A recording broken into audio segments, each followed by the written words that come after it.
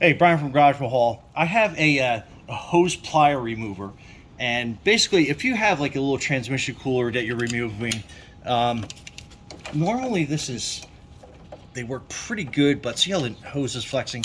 If you put a little vice grip there, and then you get it good, and then you can easily remove.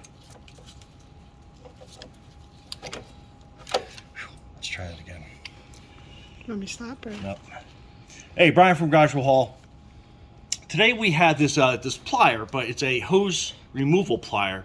Super handy, especially if you have something like this where you have a transmission cooler and you don't have enough room to get in there, and if you put a screwdriver on that, you risk piercing that line.